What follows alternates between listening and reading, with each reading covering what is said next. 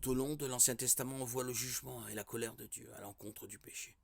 De même, dans le Nouveau, on lit que la colère de Dieu continue.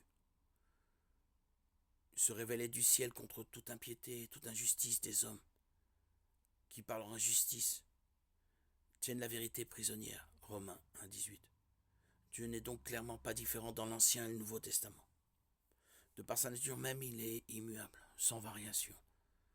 Alors que certains passages des Écritures révèlent davantage tel aspect de sa nature que d'autres, lui-même ne change pas.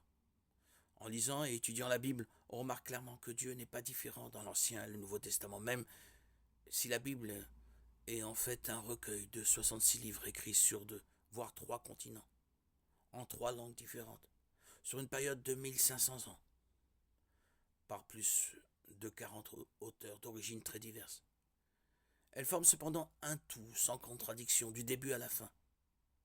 On y découvre comment un Dieu juste, plein d'amour et de miséricorde, se comporte face à des hommes pécheurs dans toutes sortes de situations. La Bible est vraiment une lettre d'amour de Dieu à l'humanité.